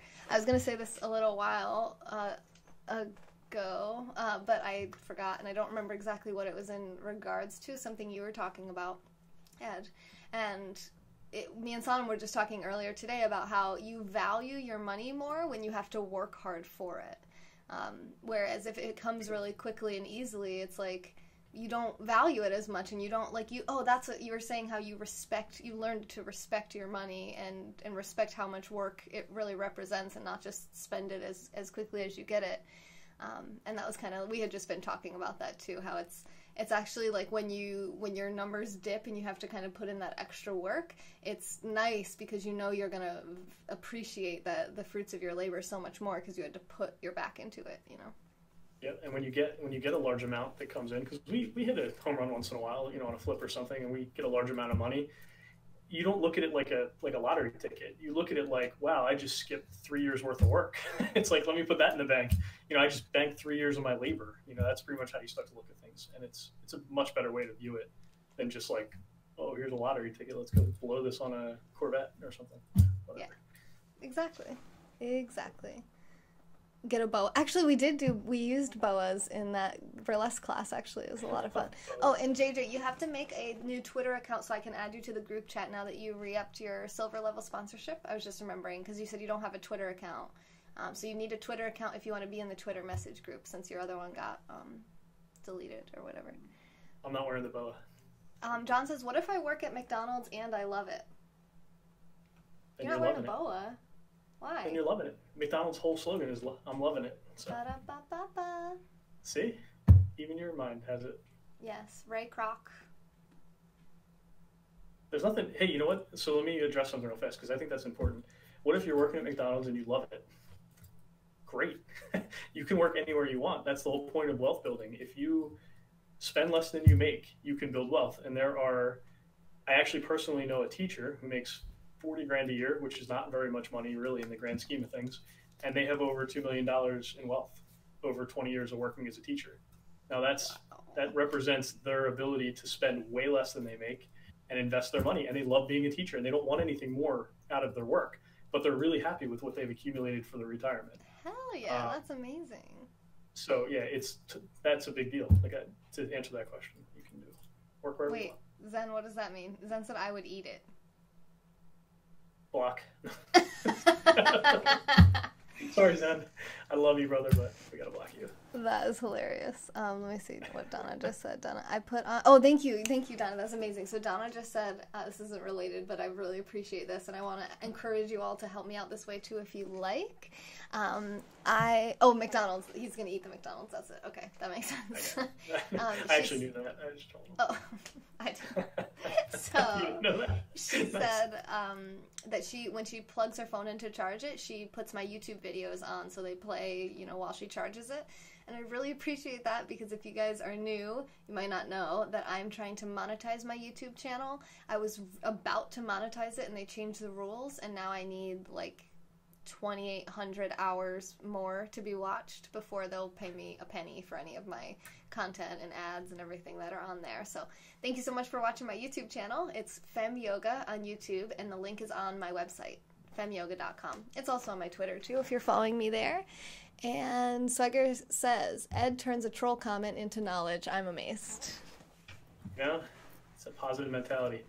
Speaking of YouTube, if you go to the YouTube channel, grab a playlist and just let it run all night. If everybody did that, we'd be at 4,000 hours in like a minute. Yeah, so, just grab the playlist with the most videos, which I think is... Let it run. I forget which one it is now, but if you click that, yeah, just let it run. Oh, thank you, Nicholas. Yeah, we're only at like 1,200 hours watched. And we've been, like, Ed, me, James, one of Ed's friends. Some guy in Bangladesh. Yeah, we've been just trying to watch it as much as possible, and it's, like, going up, like... Seconds. So slowly. One day it went down 12 minutes. I was like, what the hell? Played on all the library computers. It's perfect. I love it. I'll get banned from the library in no time. Great. I like that idea, though. I know, I like it too, actually. Every library in New York, put on the playlist and leave. Awesome. We need someone who can hack into all the computers in all the libraries. Where's Eric? Eric, we need you. Come on. Okay, I think that was it. Are you ready to do push-ups again? Yeah, why not? I feel like I missed the last batch. How many do I have to do? 14? 14. We're on step 14, yeah. We got about 20 minutes left before you have to go do your family thing. Yeah, we're getting up there. Hey, Benji. Alright. Let's see how we can... get a better angle. What is that jock strap that you have there? With this thing right here? Yeah, what is that? Oh, it's your tie. We already determined that. I controlled it twice now, calling it a jock strap. And it's definitely a tie. Like, if you put this on your jock, I would be amazed. I don't even know what you would do with this, to be honest with you. I don't know how to put things on my jock. I don't even have a jock. Good point. Alright. I think we're getting... That's a pretty good push-up view. It's a trash can, but sure. Yeah, but that's where we're going to go. That's where we're going to do the push-ups. Just put your face right into the trash can. I will. As I barf from doing 14 push-ups. 14. Wait, is this good? What is a jock? Move forward a little bit more. More towards the trash can. Move the trash can out of the way. Okay. There we go. Wait, come more forward, though. I'm going to hit the wall. Right, oh, you are? Don't hit the wall, but I mean, yeah. Okay. That's good. We can see your arms at least, yeah. That's all the room I have here. Okay, good. Yes. Can you count? Yes. 1. I don't know if I can count that high. 3, 4, 5, 6, 7, 8, 9, 10, 11, 12, 13, 14. You're so fast. I'm so jealous. Yeah, because I want to get done. I need a bell. We need like a bell to ring when we get done our push-ups. Well, yeah, a jock could also be like a meathead, like a guy who, plays football and beats up the geeks in school. That could be a jock. But another way is something. It means something else. Just look up jock strap. I'm supposed to clap? Oh, yay, Ed! He didn't clap for me. Oh, yeah, I did. John says you have aggressive push-ups. Well, that's because they had to do 14 of them. Well, why do you have to be so aggressive? What's an aggressive push-up? Whatever you just did. You know, it'd be really awesome if every time you sat back down, you could sit in the exact same location you were in before. So I have to keep You don't have to propping move it. I'm watching the screen. I'm okay. No, you're not okay. You're totally not okay. Yeah, but I can Don't maybe move. adjust No, myself. don't move. I'm just looking at the screen. I'll figure it out. Don't worry. Okay, You know, I moved the whole camera this time. Oh That's no, why. wait, no, but then we can see the Ed thing. No, see that Okay. will not do. You have to What are you move. talking You do have to move. Move the I'll way just you're move the gonna camera move. back where it was. No, that's not How's gonna that? matter. That's fine. Well, just It's tell not me that where big you of a want deal. If you scooch a little, it would help my OCD, but I'm not Which a was cheater. okay. I did my push-ups. We do alternating steps. I Yeah, did no, we 11 take and turns. 13. He did 12 and 14. This is a team game. Oh my god, Nick looked up jockstrap. Jockstrap means... Oh my god. Oh, I can't actually scroll back and see the Eggbot comments, so you're off the hook. I definitely said the word penis, I do have to say. You did? When did you say that? What? I'm pretty sure that's what's happening right now. Everybody's watching the loop. It's like penis, penis. We're reconnected and now you're just That's it. saying that. I'm just saying it over and over again. On my screen, it's still looping. So I'm sweating. I knew 2 hours was a horrible idea. This is a great idea. And Sodom Because just comes in and just comments, penis, penis. we spent 40 minutes troubleshooting, so it's fine. That's true. We have about We got 20 through one minutes step. left. Yeah, we're doing good. Oh yeah, we're on step 14 now, right? Okay, so Yep. Ty's name for step 14 is the Shaolin monk and touching an electric fence. That's interesting. I don't even know what that means, honestly. But what I called it was prepare for everything. Assume you're missing or forgetting something. Prepare for everything. Assume you're missing something. Yeah, so like when you're leaving your house, you don't just assume that you got everything. You assume that you didn't. Like you assume that you forgot something. So like, all right, what am I forgetting? You know, that question. Sounds stressful. Rather than being like, all right, I got everything, let's go. You're like, okay, what are we forgetting? I do that before I travel, and I ask my husband, I usually go, okay, what am I forgetting? And he'll just like say random things like toothbrush, underwear, Q-tips. If I had done that, I wouldn't have forgot my laptop today, and we'd be in much different shape. See? So, That's true. I'm pretty sure I forgot my laptop for that reason. Yeah, so we could use it as an example. Mm-hmm. I love it. It was, What are we it was forgetting? Perfect. No? No, No, I don't think we're so. good. Don't forget your jockstrap. Don't forget this. I like how he says, don't forget your jockstrap, Taylor. Yeah, Taylor. There you go. Hey, look, Esteban. Oh, no, that's Steven, right? Yeah, no. Okay. What would your Spanish name be? Eduardo? Yeah. Yeah, it's Eduardo. Eduardo. That just puts you on edge, though? No, it doesn't put you on edge. It makes sure that you don't forget things. So you're not, like, thinking, like, oh, I'm definitely forgetting something. You just say, like, okay, you're just trying to make sure that you're not forgetting anything. Because if you've ever forgotten something, which you probably have because you're human, and you forget things, then just ask yourself, what am I forgetting? You're just kind of triggering your brain to think about it better. Hi, Tim. It's a very large strap. Oh my god. I can't. I can't. Last week it was a microphone, now it's a tie. I don't know what we're doing here. And prepare for everything. So actually, we can talk about this a little. We've been working a lot on our businesses with building systems, as recommended in this book that we both quite enjoyed reading, The E-Myth by Michael Gerber. Great book. If you have a small business, read that book. 100%. I'm going to leave it up so you guys can grab a screenshot.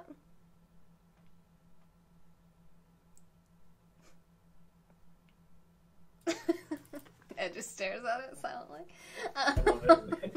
I was just enjoying it. I'm just enjoying it. You're just like, so nice. I'm admiring it. It says the E-Myth, why most small businesses don't work and what to do about it. So we've been building systems for our processes. So whatever we do, like for me, going live. Actually, I just sent this to Sonam yesterday. So I had to write out my process of what I do when I go live. How do I set up Twitch and YouTube and Periscope and OBS and the sponsor list and split screens are a whole, I don't even have that system written out yet, but there is an actual system for everything you do. But when you're a sole entrepreneur, a sole proprietor, and you kind of do everything yourself when you're first starting a business, you forget to document anything, and then that makes it really hard to expand your team or delegate any tasks, because it's really, you have to now take all of your time to train someone exactly how to do something, because you don't have a system that you can just give them, like either a video, training, or a written list, a checklist, whatever it may be, so that you can kind of just have a system. This is the way it's done, and provide it to a new person, or you can assign a new task to someone who's already in your organization, and now you can just give them the system, and they can ask you if they have questions about it, or you can have like a quick little meeting afterwards to kind of just make sure everything, maybe watch them perform the task once or something like that. And it just makes it a lot easier to make sure that you're prepared for everything, like your own sickness, or when you go away unexpectedly, like let's say someone else's sickness or an emergency that you have to up and fly to Florida for a family funeral or something. I mean, you just don't know. So I feel like I should knock on wood after that, because I don't want anyone to have to do that. I don't really believe in knocking on wood, but I hope no one dies. And so that's what it's talking about, prepare for everything. And I think that's something cool that we're doing in our businesses, to try to be prepared for anything that may come. Yeah, I agree with that. That's true, Nicholas. Do you have anything else you want to say about systems or processes or this book? No, I think you mainly covered it. I think as I became more aware of the systems, I've been looking at other businesses, and I've noticed a lot of them really don't have any. So if you have a business, start working on it, because it's the only real way to scale a business, to make it so it's not a headache. Yes. Because if you're the other business owners who are very successful and they're like, my business is a headache, it needs me all the time, that's a lack of systems. It's a lack of organizational charts and strategic objectives and all those things. Yeah, absolutely. That's, in the company that I worked for, I worked there 6 years, and I think they were just turned 21, 22 when I left, and they're still operating now. And there was no training program for anyone. So every time a new person came on, either the owners themselves or one of us who knew how to do the job would have to take our time away to teach them how to do it. And then they would basically make their own notes on what they thought was important to remember. Or we'd just print out screenshots as we were doing things. And you just have 50 screenshots from each page, and you just highlight the one button that they have to push. And this wasn't then we take that and create a training manual off of that. No, that person quits, that thing is vanished. Who knows what happened to it? It's there's not even job descriptions, there was no management, it was just owners and then the people who worked there. So they were they're basically on call 24/7, both the husband and wife that owned it. They had no way to get out of working in the business, so they spent what it seemed to me almost no time working on the business. So if you think of working in your business, for me, right now I'm working in the business. I guess in a little bit of a way, since what we're talking about a little bit could be working on my business very, very slightly. But typically right now I'm going live, I'm a content creator, I'm providing content. I'm not working on my business. I'm not checking the new resumes that came in for content creators, which you can see on the website if you click job listings. Recommend good content creators. We're trying to grow the channel. I do use my hands a lot, I know. I'm working on that. That's why I got this book. The Power of Concentration. It's going to teach me how to not move my body so much, because it's not necessary. How am I going to get all my books to stay standing up? I need those bookend things. I was just going to say get a bookend. Yeah, or a lot more books. Or more books. Good. Okay, Nicholas, maybe, yeah. We could do that, for sure. For sure. Cool ideas. I like it. So if you're a business owner, it's important to make sure you spend a good amount of time working on your business rather than in the business, and to free up those things that are really your power and your income. Oh, Ed, were you in there the other day when we were reading Atlas Shrugged, and she was talking about how the person who has the ideas is the person who will never, no matter how many millions they make, they're never going to get paid what that idea really was worth to the world. and then the person who gets paid like minimum wage is still getting paid more than what they're really worth, considering they're just like doing the task as opposed to actually solving the problem and having the idea. Do you have a Lamborghini and bookshelves in your garage? Not yet. Not yet. Nicholas, was it Nicholas, asked what your favorite car was, and he suggested that you say Tesla, and you do have that Tesla Roadster on your goals list. So my favorite car right now, though, is a McLaren. I really, really like the McLaren. It looks good. Right now? So it hasn't always been your favorite car? No, I liked the Corvette like 2 years ago. I liked the Tesla like 6 months ago, and now I like the McLaren. As my goals increase, so do my car choices. That keeps me from actually spending the money on one. As soon as my income level increases, I increase the car goal, so I never actually buy one. It's perfect. There we go. It's great. I like it because then I don't have to be triggered. Yes, I just wanted to say. And I'm going to give away one of these books because I have 2 copies, so I'm going to give away 1 copy sometime soon. Do you test drive cars a lot? Tim wants to know. No, I don't test drive cars. I don't know. I'm just reading the questions. I don't know where they're coming from. What does Ed drive right now? I have a Jeep Cherokee. It's an SUV. Giant. It's gigantic. You could get lost in there. Yep, it's all black. Zen likes his car. That's good. I like my car too. My car's cooler than Ed's. No, it's not. Is it? It might be. I don't know. No, definitely not. No. All right. What year is your car? 2016. Yeah, yours is definitely cooler Seven. than mine. 17. Except mine's paid off with Super Hearts. Haha. Yeah, mine's a lease. I rent it. I don't know. Yours is a lease? I'm super triggered. Oh my gosh, somebody put up the trigger alert. The trigger flag has been activated. Let's talk about the cars. Let's talk about this. This is going to be the last thing we talk about because you have to leave in 10 minutes. Hi, Yeah, Anthony. you know, more like 5 minutes. I gotta get out of here because I have to get out of here physically. Let's talk about leasing a car. All right. So do you want to know the reason why I lease a car? I know the reason why people buy a car and keep it forever. Okay. It's a depreciating asset. So obviously you don't want to spend money on it. But for me, a car is an expense. So like I have a monthly expense for a car. The reliability of the car, knowing that it's always the newest thing and I don't have to worry about it breaking down, and it just makes sense for me, like in my life. It doesn't stress me out to have a new car, and I kind of have that calculated into my expenses. I don't look at it as a wealth thing. Like if I look at my car, I'm not like, oh, that's an asset. I know my car is a straight expense. But I also look at the house I live in as a straight expense. The taxes, the insurance, all that stuff. I don't gain any real wealth out of owning a home. Like people are tricked into thinking the home you own actually accumulates wealth for you, but to some extent you spend a lot on your house over the years that you own it. And if you really added up everything you spent on your house over the years that you owned it, you would find that it was a pretty big expense. You know, there's a little bit of an asset to it, but after taxes, and just the taxes alone, like in New Jersey, we pay, I don't know, $13,000 a year in taxes for our house. So live in it for 10 years. I just spent $130,000 on my house. Even if I made $130,000, I just gave it to taxes and I didn't even repair or upgrade it yet. So the house you live in is generally not 100% an asset, but it's a false asset, as I like to call it. So I try not to trick myself on certain things. You know, there are expenses in life, and if you're going to do certain things in life, you need reliable things. And you know, I love Sonam's question. She just asked, "Isn't that what Ty does?" What's that? Leases Rents. everything. Mm-hmm. Yeah, he does. Probably for some of the same reasons. It really is like you'll find more. There are some people, there are wealthy people who believe that you buy a car and keep it for 20 years. And there are wealthy people who believe that you trade your car in every 2 years because it's part of not worrying.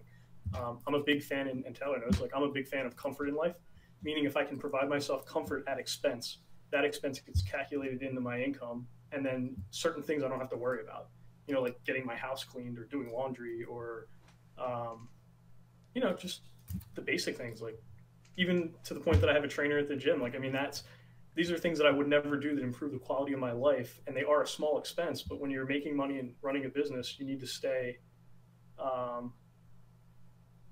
you know, you need to stay as grounded and focused as possible. And if you think about life, I mean, anybody in here can tell you how many times in a day are you agitated by one of the things I just mentioned: your old car, your house, your laundry, your cleaning. My car those isn't are old. No, not yours personally. I'm just saying But other it kind people of can, is. I think it's a people can 2012. but that's not really old though. That's only 5 years old. I'm talking about like there are people driving 12-year-old cars that are breaking down every couple of months. Well, Their that's the thing, though. aggravation. But if you have it paid off, then if you have some issue with it, then you can just sell it, and then you get all of that money towards your next car. You could, but realistically, you're dealing with the aggravation of that in that moment. So for me personally, like if my car broke down in the middle of the day when I was out driving around doing appointments and trying to get to my next big payoff, I would be extremely frustrated with my day. In fact, I might even lose money that day. I might have to reschedule that appointment. I might lose that business because my car broke down. And for $500 a month, which is what a lease costs on average, if you're just getting like a standard, I'm not driving anything crazy. I'm not saying go out and buy like a $2,000 a month lease, but that is an assurance to me that is invaluable. Like I don't want to break down. I don't want to ever have to experience that. I just want to trade my car in. I'm at the point now where I go, to get a new car, I basically call the dealership and say, hey, pick out something new similar to what I had that's similar in price. They have it ready when I get there, and I drop off my car and pick up the new one. It's just about time. The time in my life is the most valuable thing to me. So I get it. I get where you're coming from. As long as you have a reliable car, I still think that what I'm doing is better. I have two things, because I know he really has to leave. One is that the heated seats were awesome in that car. Really cool, right? Nice and comfortable in the winter. It keeps your trigger down. You get in the car, you're hot, you're like, ready to go. And then two is that you do not say the first L in the word calculate. Have you ever noticed that before? Calculate? You say calculate. Yeah, I skip a lot of things. I'm about efficiency, so I cut corners. He's like, you know what I I meant. Hey, Brett. Yeah, if I can cut it, I'll cut it. So I have about, I think, like 12 minutes left of content today, you guys. So chances are pretty good I won't be back on for a 12-minute scope today. I'll just add it to tomorrow's content on Saturday. And I'm going to be doing Blackjack Night tomorrow, so I'm thinking about maybe scoping a little bit of that, but I am going to try to get my content done earlier than that. I want to read more of Nudge. It's on the floor. Read more books, and I want to start working with potentially one of these two programs. One, Sonam got me, and one is a consulting kind of program that I got from Sam Ovens, and I think I want to start going through like a daily, we haven't done like a 30-day challenge in a while. Neither of these are 30 days, but they're like daily check-in type content. So I'm thinking about maybe starting something like that with you guys pretty soon, too. John says, I need my 12 minutes. You're scamming us just like Ty. Oh, God, that's great. It's actually 11 minutes now. And Taylor will make it up for you tomorrow. Guaranteed. You'll have 3 hours and 11 minutes, and she'll probably even go over. Not to mention, yesterday I did an extra hour plus. Yeah, anyway, I do it all the time. You're always over. It's all good. It's Friday the 13th, and my day has been kind of like, what the hell? So I probably won't be back just because it doesn't make for great content. But if I feel inspired, I will be back. Otherwise, I'll definitely be back for at least 3 hours of content. Tomorrow, Saturday, April 14th, 2018, as long as I don't die or end up in the hospital. Ed, thank you for your time. You're awesome. Are you commenting again so people can follow you? There you are. Oh, you're talking to Anthony? Well, that's Ed right there in red, so you can, Ed in red. You can follow him and learn all of the awesome knowledge. And are you ready for your screenshot? I'm never ready for this. I know you're never ready for it. Hang on. Is that the right side? I'm running it. Please remember to check out the website, femyoga.com. This channel is 100% funded by viewers just like you. Thank you so much for making this show possible, and I hope to see you back tomorrow. This has been A Moment in Time with Taylor and Ed. Oh, thank you, Nicola. Oh, wait, hang on. It didn't come up. There we go. Now it's playing. Now it's playing. Thank you, Nicholas. Oh, Anthony, nothing will ever happen. I will live forever. I love that. I love that idea. Okay, get ready. Get ready. Ed, go! I'm ready.